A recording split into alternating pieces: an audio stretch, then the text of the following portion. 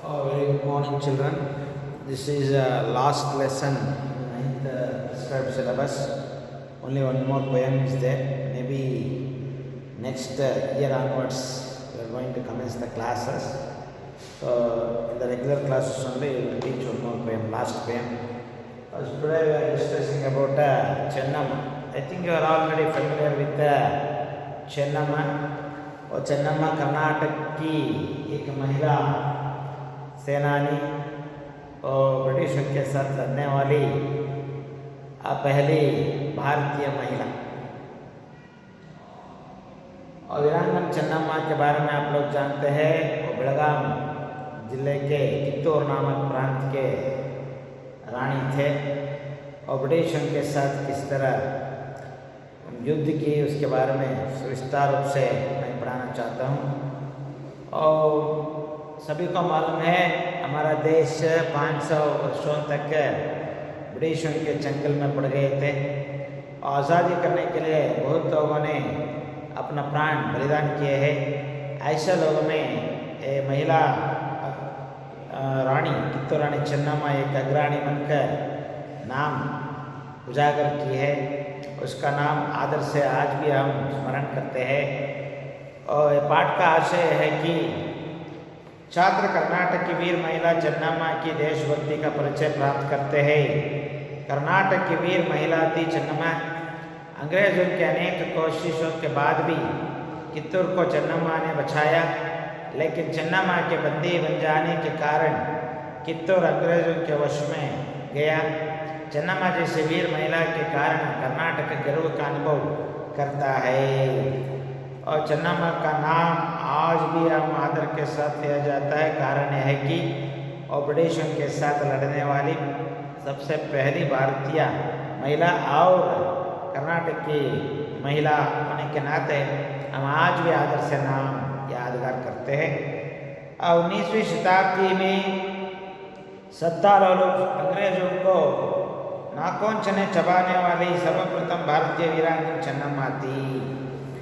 और 19 शताब्दी 19th century और ब्रिटिशों ने अपने अधिकार लोभ के कारण पूरे भारत में अपना वश करने के लिए भिन्न भिन्न उपायों द्वारा और subsidiary alliance system, doctrine of lapse, Ryotwari system, Mahalwari system, there are so many rules. They are passed and captured the kingdoms in different way. That Chennamma भी एक रानी ऐसा ही ब्रिटिशों के चंगुल में पड़ जाती है। चेन्नम्मा का जन्म काकतीय वंश में सन 1778 में हुआ था। उनके पिता का नाम दुलप्पा देसाई और माता का नाम पद्मावती था। In the year 1778 only she got birth in a Kakatiya वंश। और फादर मदर के बारे में जानकारी आप प्राप्त करो। पिता का नाम दुलप्पा देसाई और माता का नाम पद्मावती। एक तो इकलौती फिर रूपवती और स्वस्थ चेन्नम्मा शब्द का अर्थ थी सुंदर कन्या। और इकलौती बेटी माँ बाप के लिए और पालन पोषण भी ऐसा ही हुआ। देखने के लिए बहुत सुंदर स्त्री, इसलिए नाम रखा चेन्नम्मा। चेन्नम्मा का मतलब है ब्यूटीफुल और देखने के लिए खूबसूरत लड़की होने के नाते सब लोगों ने पुकारा चेन्नम्मा चेन्नम्मा चेन्नम्मा। घुड़सवारी उनकी शिक्षा दीक्षा राजकुल के अनुसार ही हुई और राजपुत्र होने के नाते राजकुंवरी होने के नाते जिस तरह विद्या हासिल कर सकते हैं उसी के अनुसार चेन्नम्मा को भी घुड़सवारी, शस्त्रास्त्रों का अभ्यास, आकेट आदि युद्ध कलाएं उन्हें अपने वीर पिता से उत्तराधिकार के रूप में मिली थी। एक राजकुंवरी होने के नाते घुड़सवारी, शस्त्र और अस्त्र। शस्त्र और अस्त्र में फर्क तो है। शस्त्र प्लस अस्त्र ये दोनों मिला के शस्त्रास्त्र बनते हैं। शस्त्र का मतलब है हाथ में पकड़कर युद्ध करने का चीज और अस्त्र का मतलब है दूर में रहने वाले सैनिकों पर फेंकने का चीज़ है। और अस्त्र के अंतर्गत बर्ची और तीर आदि आते हैं। शस्त्र के अंतर्गत तलवार वगैरह वगैरह आते हैं। पिस्तौल वो भी शस्त्र है। हाँ, अपने जंगम गुरु के सामीप्य में उन्हें उर्दू, मराठी और संस्कृत भाषाओं का अध्ययन किया। एक जंगम गुरु कित्तूरानी चेन्नम्मा एक वीरशैव राजकुमारी होने के नाते जंगम गुरु के पास ही इनकी शिक्षा दीक्षा हुई। और बेळगाव जिला होने के नाते वो तो महाराष्ट्र के लिए नज़दीक है, तो मराठी, उर्दू और संस्कृत ये तीनों भाषाओं में ज्ञान प्राप्त करती है चेन्नम्मा। कित्तूर कर्नाटक राज्य के उत्तरी बेलगावी जिले में है। उन दिनों कित्तूर कर्नाटक राज्य के व्यापार का प्रसिद्ध केंद्र भी था। देश विदेश के व्यापारी वहाँ के बाजारों में हीरे जवाहरातें खरीदने के लिए आया करते थे। ऐसे समृद्ध राज्य के प्रजावत्सल राजा मल्लसज्ज थे।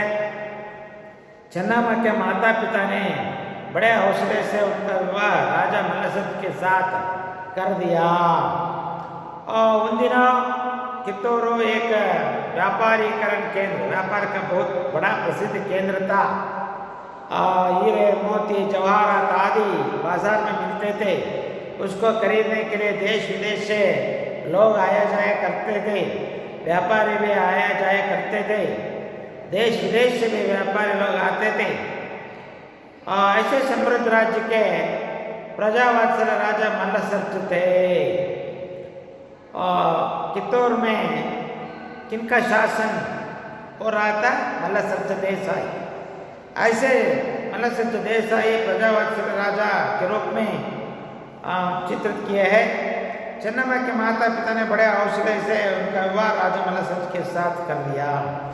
यही राजा मल्लसज्ज के साथ किसका विवाह हुई? चेन्नम्मा, कित्तूर चेन्नम्मा का विवाह राजा मल्लसज्ज देसाई के साथ हुआ। रानी चेन्नम्मा कित्तूर के राजमहल में सुख से रहने लगी। उनकी कोख से एक पुत्र रत्न का जन्म हुआ जिसका नाम था शिव बसवराज। ऐसे दिन बीते बीते रानी चेन्नम्मा गर्भवती होकर अपने पेट से एक पुत्र रत्न को जन्म दी। नाम रखा गया शिव बसवराजा। लेकिन बचपन में ही उसकी मृत्यु हुई।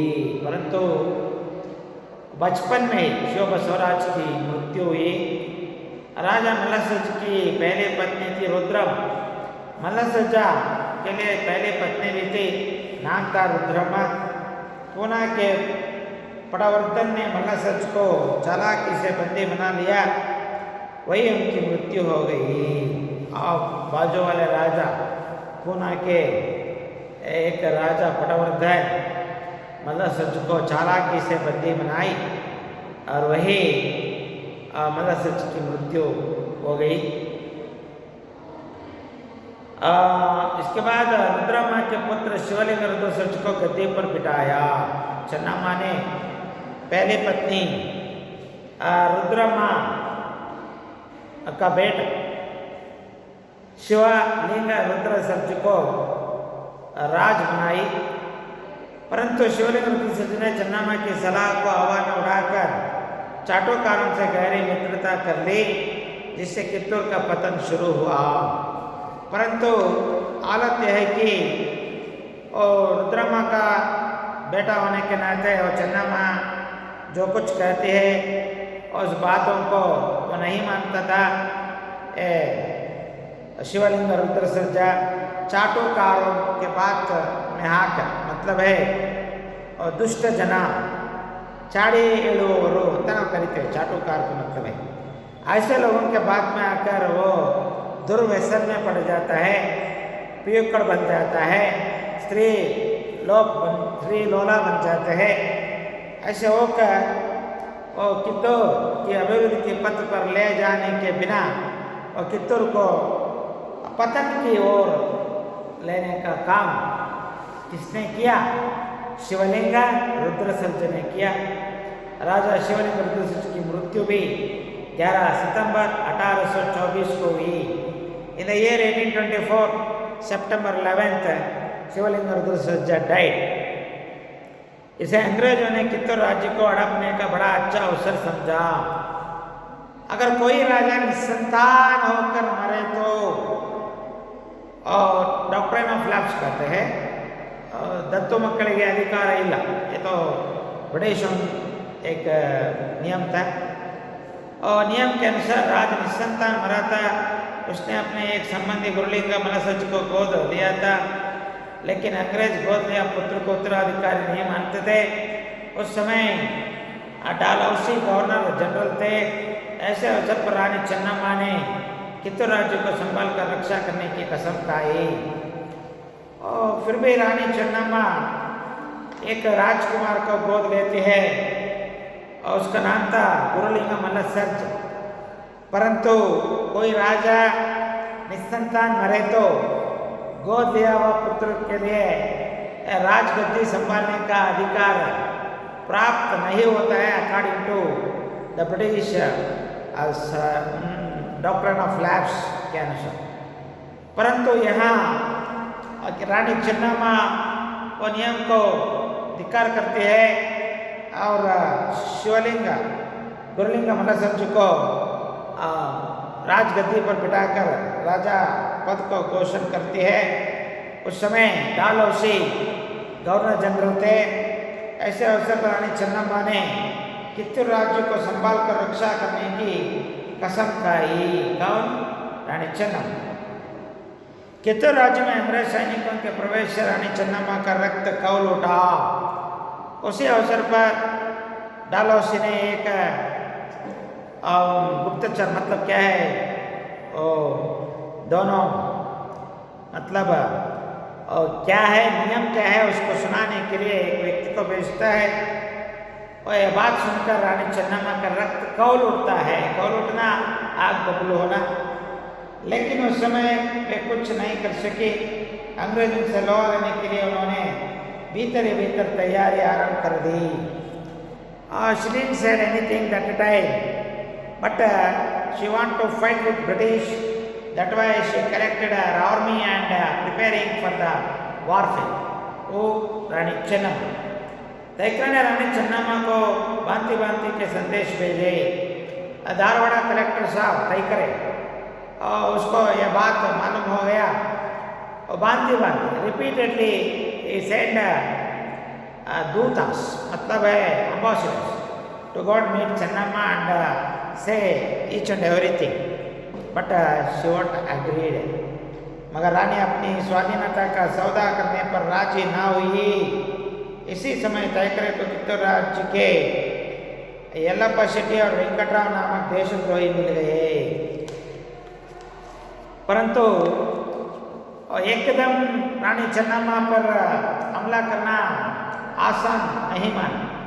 इसलिए तैकरे ने मन ही मन सोचा कोई मुझे सहाय करने वाले मिले तो कित्तूर को अपने काबू में कर ले सकते हैं। ऐसे अवसर पर दो देशद्रोही लोग, एक है मल्लप्पा शेट्टी और दूसरा है वेंकटराव, ये दोनों देशद्रोही तैकरे के साथ हाथ जोड़ते हैं। वे कित्तूर का नमक खाकर कित्तूर की जड़ खोदने में लगे हुए थे। ये दोनों कित्तूर के नमक की खाकर कित्तूर को ही द्रोह पैदा करने के लिए कोशिश कर रहे हैं दोनों देशद्रोही। आगे देखेंगे क्या होता है। कल I will continue the class. Okay, thank you.